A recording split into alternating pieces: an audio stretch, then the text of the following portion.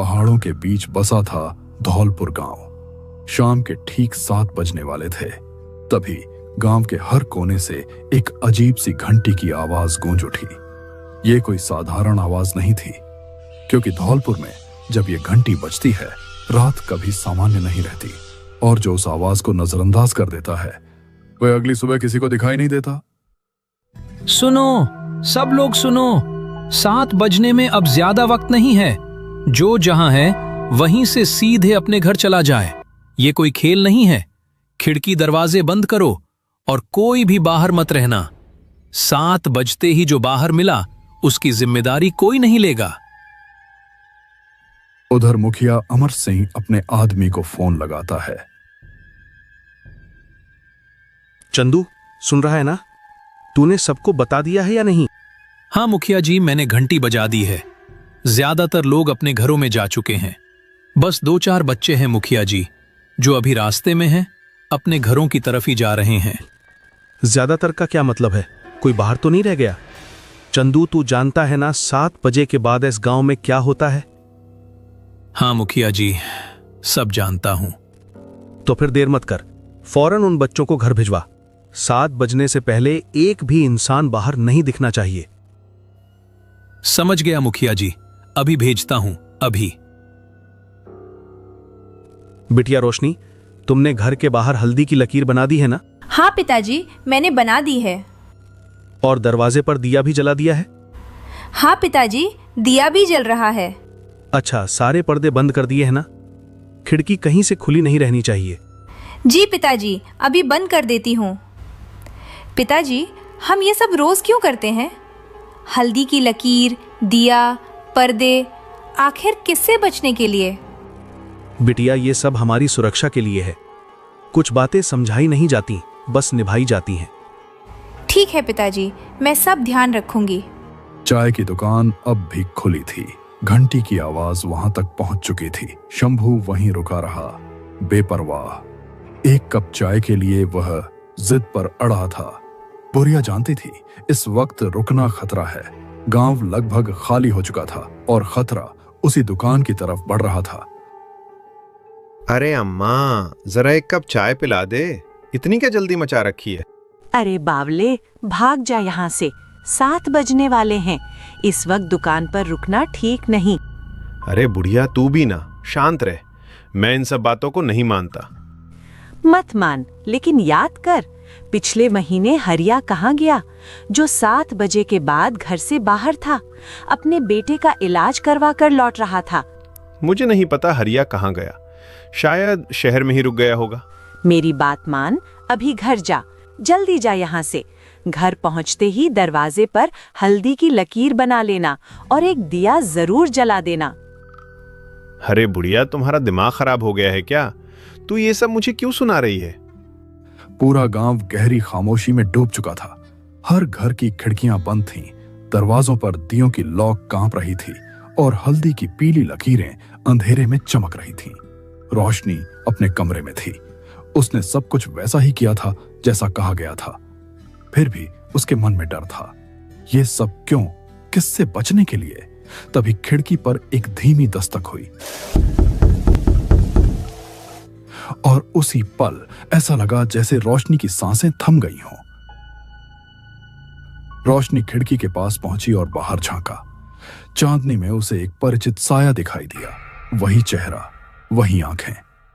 तभी वह समझ गई, खटखटाने वाला कोई और नहीं, उसकी मां थी, जो महीनों पहले रहस्यमय तरीके से गायब हो चुकी थी। माँ, आप इतनी रात में बाहर क्यों खड़ी हो? आपको ठंड लग रही होगी, अंदर क्यों नहीं आई? रोशनी बेटा, दरवाजा खोल। बाहर बहुत डर लग रहा है मुझे। ठंड से पूरा शरीर कांप रहा है मेरा बेटा। मुझे बहुत ठंड लग रही है। मैं यहाँ अकेली खड़ी हूँ। जल्दी दरवाजा खोल दे रोशनी। अपनी माँ को बाहर मत छोड़। बस एक बार दरवाजा खोल दे बेटा। माँ, आप इतने दिनों से कहाँ थी?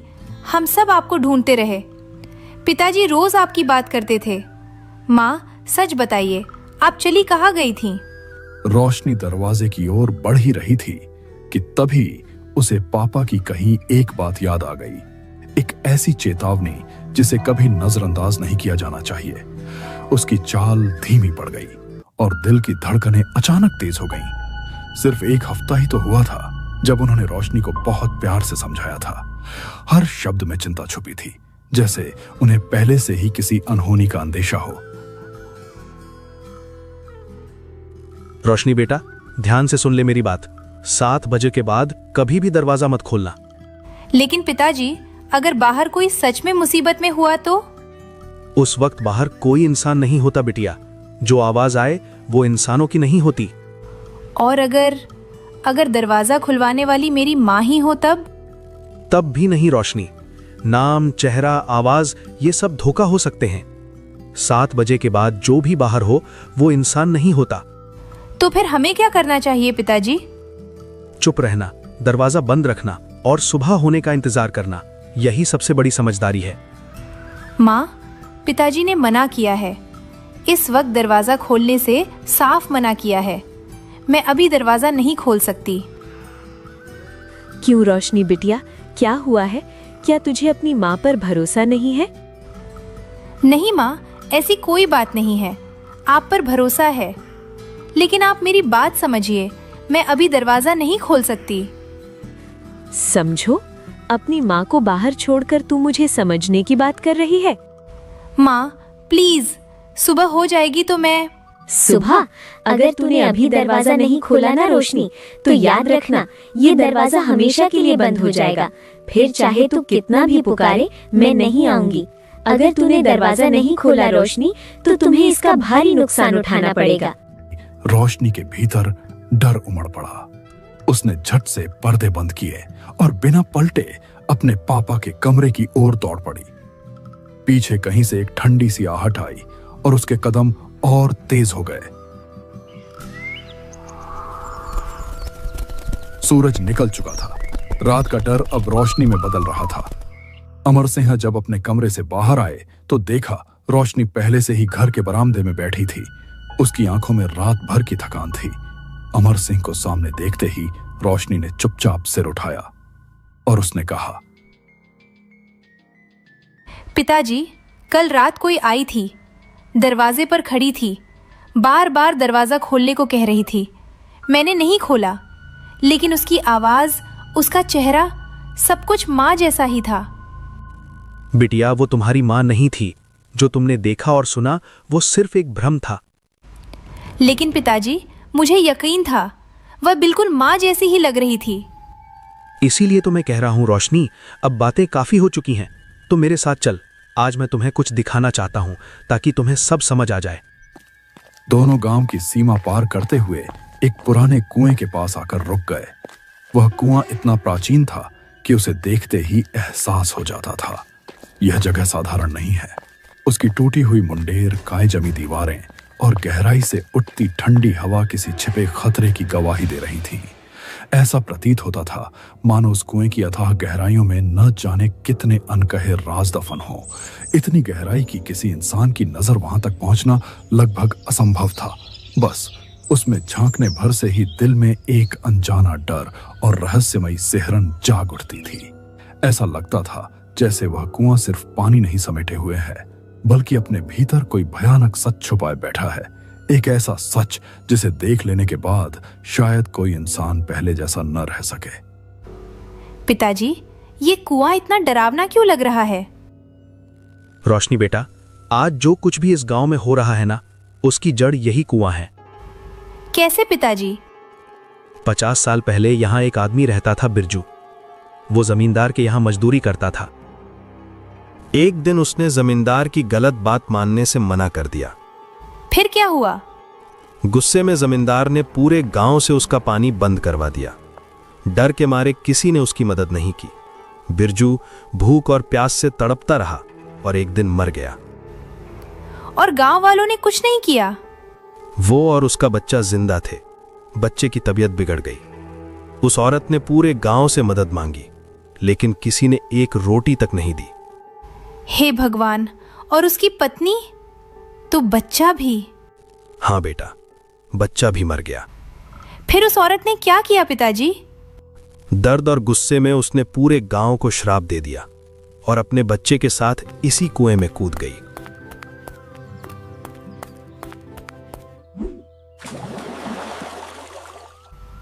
इसलिए 7 बजे के बाद कोई बाहर नहीं रहता। हाँ रोशनी, तभी से 7 बजे के बाद जो भी बाहर रहा वो वापस नहीं लौटा। रात के ठीक 7 बज चुके थे। शंभू अपने घर के अंधेरे कोने में बैठा शराब पी रहा था। बाहर फैली खामोशी से वह बेखबर था। उसे अंदाजा भी नहीं था कि यह रात उसके लिए कुछ और ही लिख चुकी है।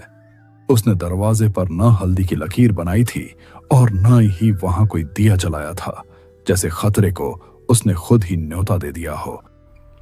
अरे ये पूरा गांव ही झूठा है, सब ड्रामे हैं। कौन से भूत प्रेत, सब बकवास बातें हैं। डराने के लिए कहानियां बना रखी हैं लोगों ने। मैं किसी घंटी वंटी को नहीं मानता। जो होना होगा देख लेंगे। कोई भूत मेरा कुछ नहीं बिगाड़ सकता। शंभू ठिठक गया।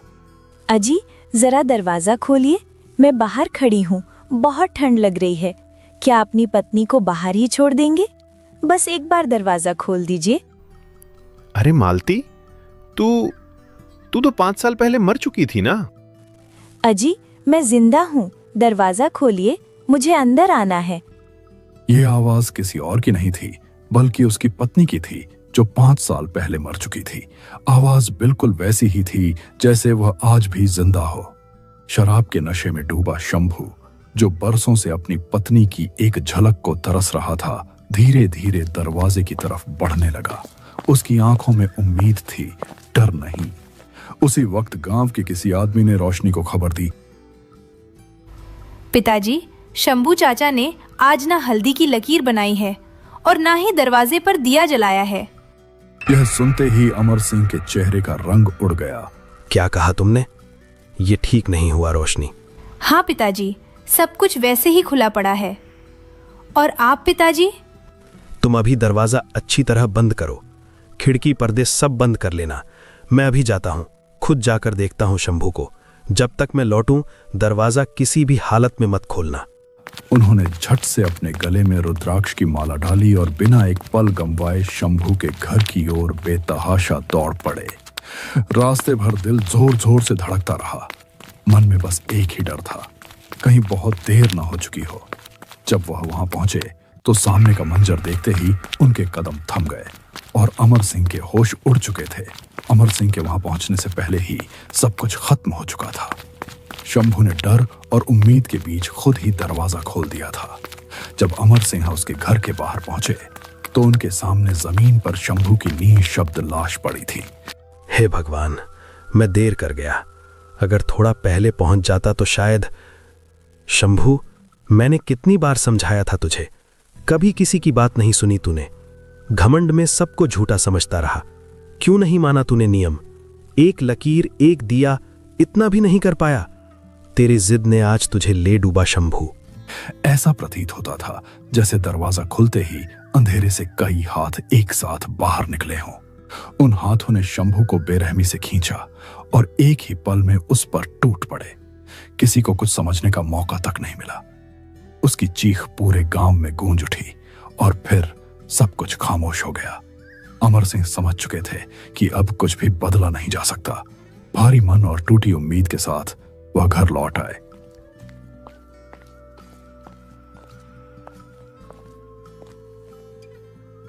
पिताजी, क्या हुआ?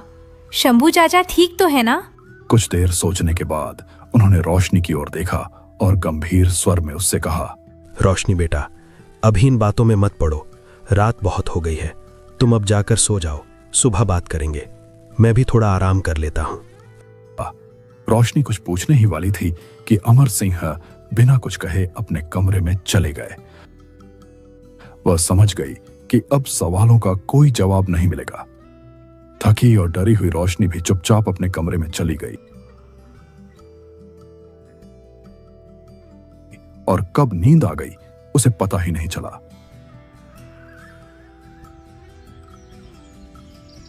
अगली सुबह जब गांव जागा तो शंभू का घर पूरी तरह वीरान पड़ा था। ऐसा लग रहा था मानो वहां कई दिनों से किसी ने सांस तक न ली हो। दरवाजा आधा खुला लटक रहा था। खिड़कियां हवा के साथ धीमी धीमी आवाज में चरमरा रही थीं। घर के अंदर हर चीज बिखरी हुई थी, जैसे किसी ने जल्दबाजी में सब कुछ छोड़ दिया हो।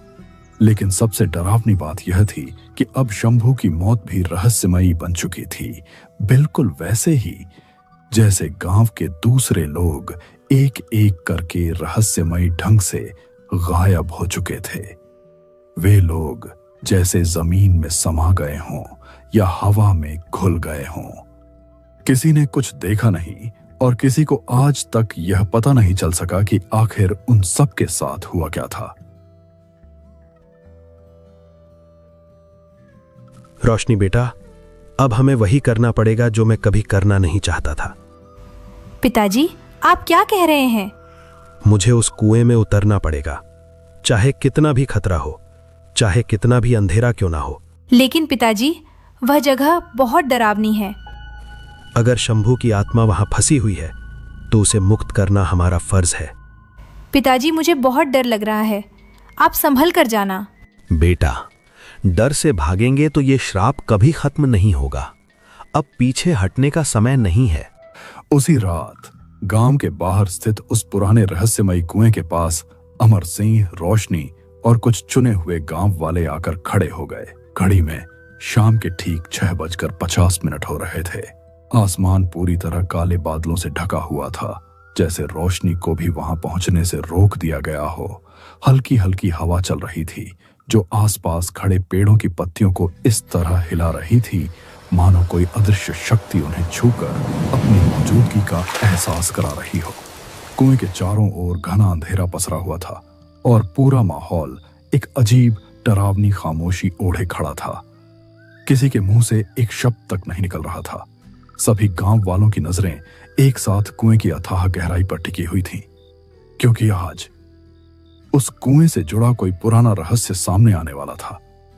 ध्यान से सुनो, 7 बजने में ठीक 10 मिनट बाकी हैं। अगर इन 10 मिनटों में मैं ऊपर वापस नहीं आया तो बिना एक पल सोचे ये रस्सी काट देना। पिताजी, मैं भी आपके साथ चलूंगी। नहीं रोशनी, तुम यहीं रहोगी। लेकिन पिताजी, ये मेरा काम है बेटा, तुम्हें बाहर रहकर बस समय का ध्यान रखना है। पिताजी, संभल कर जाना। डरो मत रोशनी, जो करना है आज ही करना होगा। अमर सिंह रस्सी थामे कुएं की गहराइयों में उतरने लगे। यह कुआं सामान्य नहीं था, उसकी तली कहीं दिखाई नहीं दे रही थी। नीचे सिर्फ स्याही जैसा अंधेरा फैला था।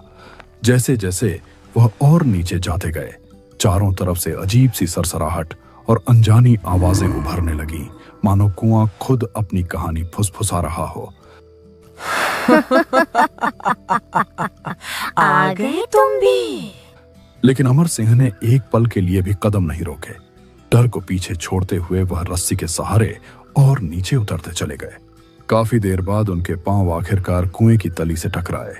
वहां कोई पानी नहीं था, बस चारों ओर बिखरे पड़े थे पुराने सड़े गल चुके कंकाल, मानो यह कुआं कभी कब्रगाह रहा हो जहां अनगिनत जिंदगियां हमेशा के लिए दफना दी गई हों।